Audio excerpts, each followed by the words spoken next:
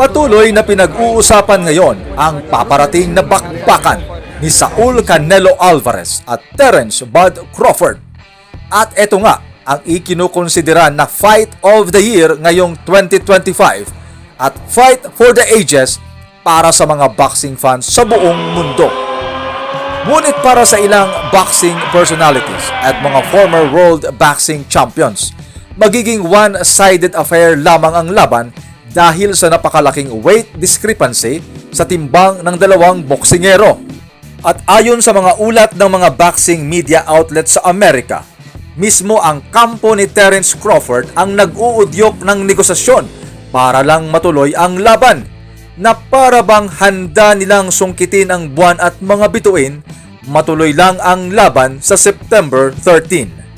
Hindi tuloy mawala-wala ang mga pagdududa ng ilang boxing analyst na baka ang laban ni Crawford kay Alvarez ang kanyang magiging retirement plan sa kanyang makulay na karera sa professional boxing. Narito ang mga posibleng dahilan na bakit pwedeng maging swan song na ni Crawford ang laban kay Alvarez.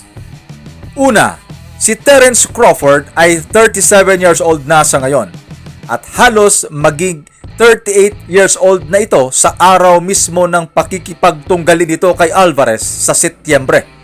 Hindi nakakampi ni Crawford ang panahon at bago pa man magtapos ang karera nito sa boxing, kailangan niya ng isang malaking laban, super fight ika nga, at si Canelo Alvarez ang perfect match para sa isang napakalaking payday para sa kanyang career.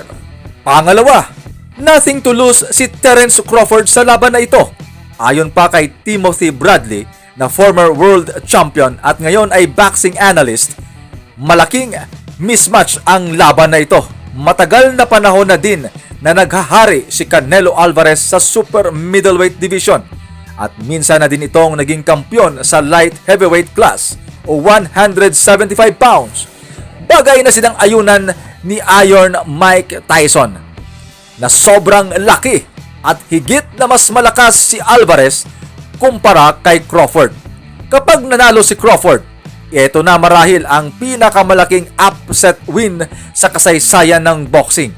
At kapag natalo naman, madali lang sabihin na dahilan ay ang discrepancy sa kanilang timbang. At pangatlo at panghuli ay di bali nang matalo si Terence Crawford. Ang mahalaga ay lumaban ito sa pinakamagaling na kampyon sa kanilang henerasyon. No excuses, but it will be a saving grace to his illustrious boxing career. Oops, teka lang.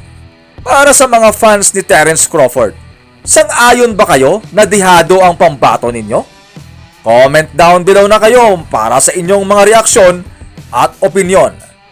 Terence Bud Crawford versus Saul Canelo Alvarez.